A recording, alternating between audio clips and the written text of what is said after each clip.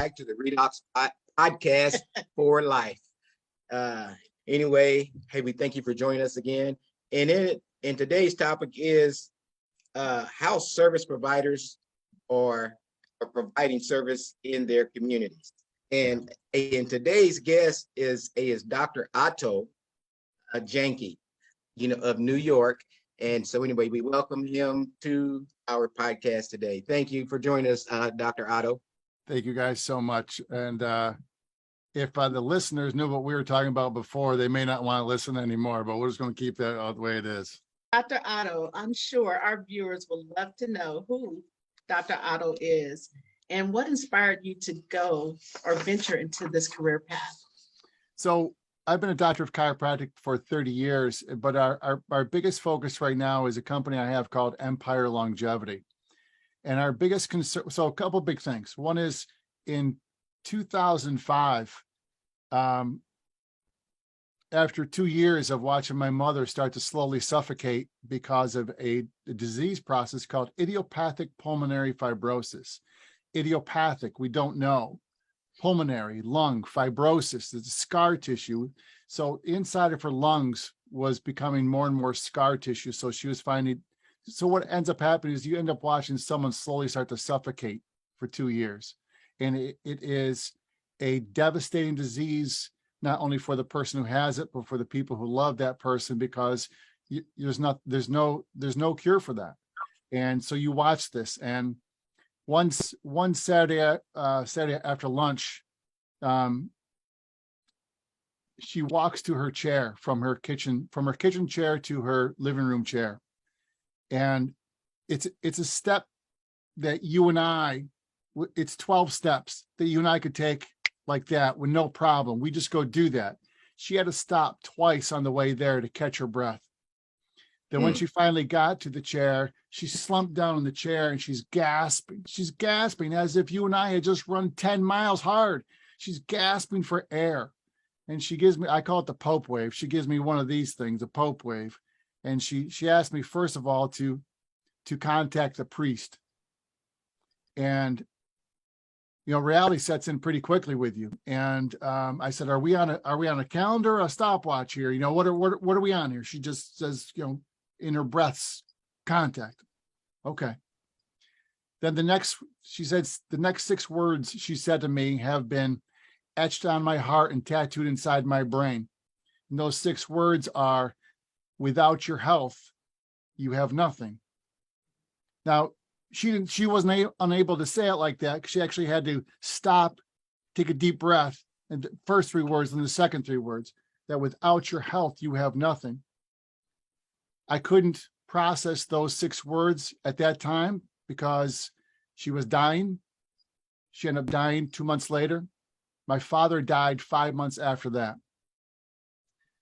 So within a year, within 5 months, I had both my parents gone. I could not process those words until years later, when it became the torch I carry now to help as many people to have more better years. And so from that, from the ashes, something great arises. Wow. That's that's very impressive, to say the least. It is very emotional. It's an emotional story. I've truly connected with that story.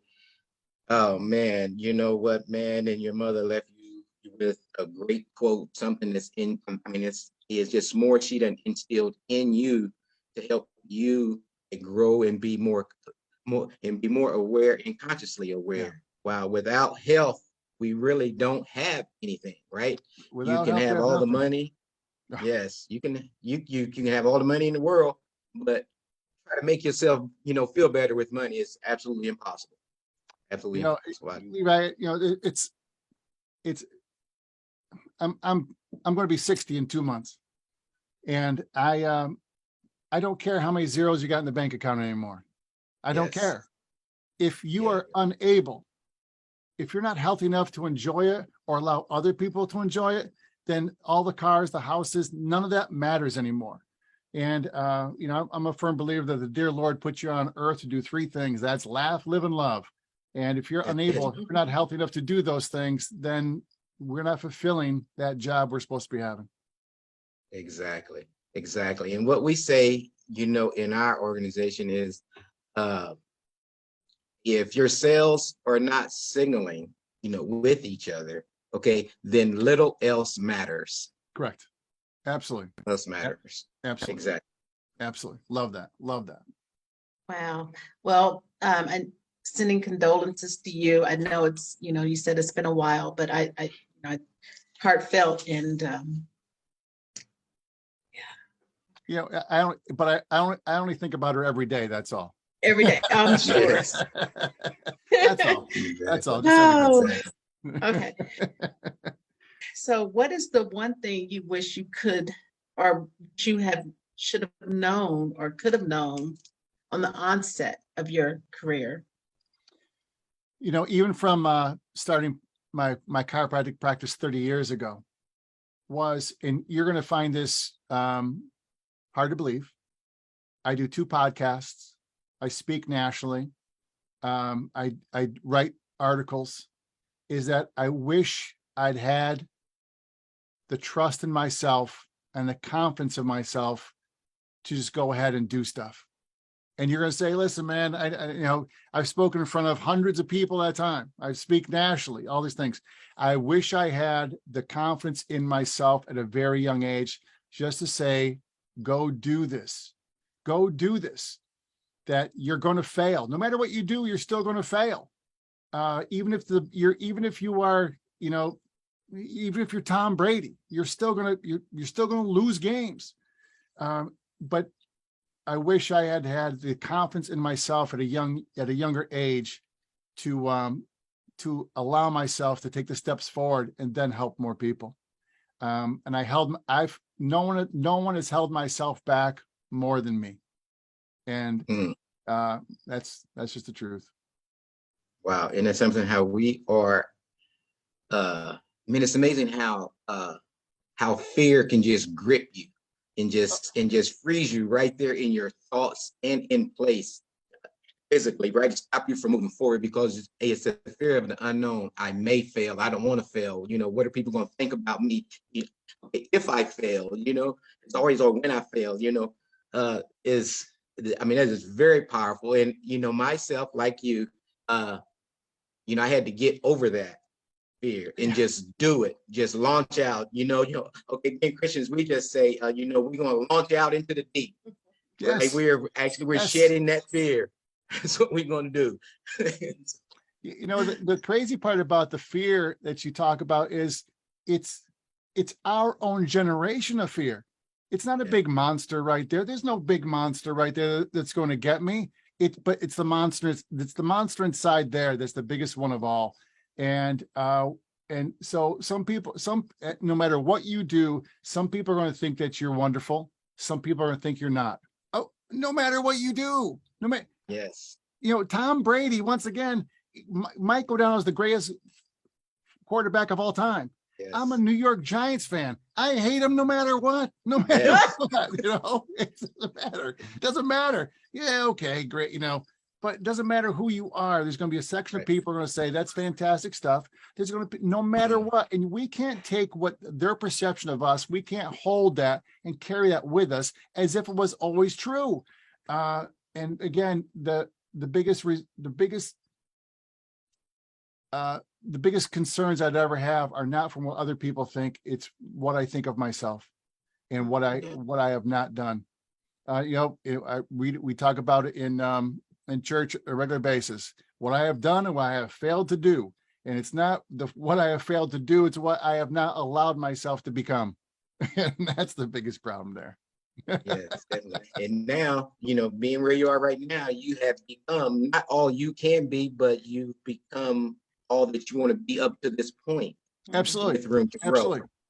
Absolutely. Yeah. If I want to bench press 250 pounds, I got to start out by bench pressing 100 pounds until I get to 150. And so then work my way up. And that's, we have to realize there's steps along the way. And some of those steps, no steps always go straight up. They're all steps that do this. Sometimes you go down to go up, go down to go up. we see it in our health, that sometimes to reach a higher level in health, sometimes you go through times when you feel bad or you ache or pain. Great. That's the body relearning and then getting better the next step up.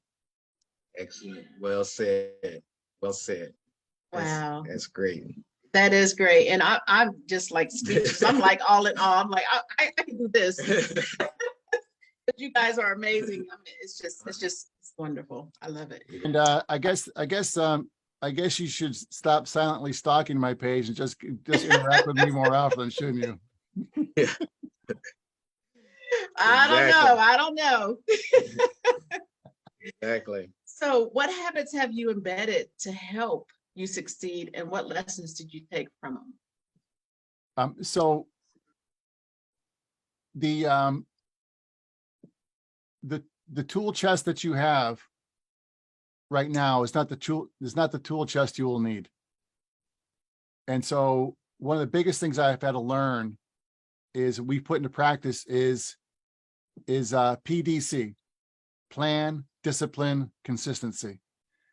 And I plan everything. I planned everything. So this is my plan for today. So I have little yellow sheets all over the place, and I every morning, these are my plan. This is this. And I have 7 more things to do after this. And so I plan everything. Discipline is the physicality of putting the plan into play. And the consistency is making sure that you do the plan on a regular basis, daily, hourly. So my exercise is planned out. It is non-negotiable. My eating, I'm a veg head. And so I go and I get the recipes. I get the recipes so I can find how to best shop. I've had to learn how to cook. So I cook on like Saturday or Sunday afternoons. I have 2 or 3 hours, which I book just to cook. And that sets up my whole week of eating. If I didn't do that, I call it being the beagle. I would be looking around, rutting around every little cupboard or refrigerator and trying to eating anything. And that doesn't get me to where I want to be in my health. So I plan, and everybody says, well, shouldn't you, loosen up and be more free with your time? That does not get me to where I want to be. And so I'm a little more strict about these things so I can have more fun doing these things. And I did not have that, 30 years ago. I've had to learn that. I've had to learn it the hard way. But I plan stuff out. You become disciplined about it. Here's a crazy thing. Church is at 9:30 on Sundays. I plan on being there. Okay, let's go. It's not a matter of, okay, when is that again? I don't know. When is that? They changed that time? I don't know. Are we? No, it's at that time. You plan on it, discipline, consistency. Let's go. We do the planning and discipline and consistency in so many aspects of our life. I've just taken it and put it into these 3 or 4 areas, which then allows me to get GSD, getting stuff done. And that's what you do. And again, that's a toolbox I did not have. I didn't even have a toolbox, much less have the tools in it. I didn't have the toolbox, but I did not have that in my toolbox. And it's something simple. It costs nothing to do. It's just one of those things that you bring along with you that can open up so much more success in health and relationships, in business, whatever it is. It helps you out. It's helped me out tremendously. Well, that's powerful right there. Dr. Otto, we definitely appreciate this. Man, that is great life advice for us all. Sure, right? Sure. Put things in perspective and categorize things, and hey, be on time. Right? Right, be on time for your own self, and that's it. I love it. I have to tell you that I had my practices were hiring someone new, and we had this week we had interviews, and I had someone, and so I do group interviews. I do like 6, 7 people at a time, and one person showed it. So our interviews were at 7:00. Well, the rule is if you show up at 7:00, that means you're late. And so this one woman showed up at 7:00, and she was fantastic. She was great. and I did not hire her. I didn't even offer her a job. And she wrote me back and said, why is that? I said, because you showed up at 7 o'clock. I said, reality is, I live in a small town. It's 20,000 people. Everybody, I mean, you know where everything is. I said, you showed up at 7 o'clock, which means that you did not plan on being here because you did not know where my office was. You did not know where the parking was. And so you left it up the last chance just to go find the place. That means if the small things aren't important to you, that means the big things aren't either. I said, and that's why I can't hire you. Ooh. All righty there. That's great right there. I love it, man. So, hey, life's advice, by Dr. Otto. He is a national speaker, chiropractor in Cortland, New York. Portland, New York. Portland, New York. And I want to say this too. You talked about consistency, and we know consistency is key. So there are three powers of the universe. And the first power is consistency. The second power is consistency. And the third power is consistency. Absolutely. So you got it. Excellent. Yeah. Excellent. Again, once again, ladies and gentlemen, thank you, Dr. Otto, for attending our podcast, Reidox4Life, and sharing with our listeners and viewers, about yourself in your practice and the things you're doing in your practice and in your life. We definitely appreciate it. So, hey, so one last thing, could you tell us, how we can get in touch with you? So our website is called EmpireLongevity.com, and you can email me anytime. It's Otto, OTTO. Please don't screw that up, because if you screw that up, you got other problems, my friends. It's Otto at EmpireLongevity.com. I'm in contact with people every single day, and I'm more than happy to help you in any way. There you go, folks. Dr. Otto, he is more than happy to help you in any way possible. So, hey, so reach out to him. All right, we appreciate everyone for listening and viewing. Hey, thank you very much, and we will see you later. Bye-bye. Bye for now.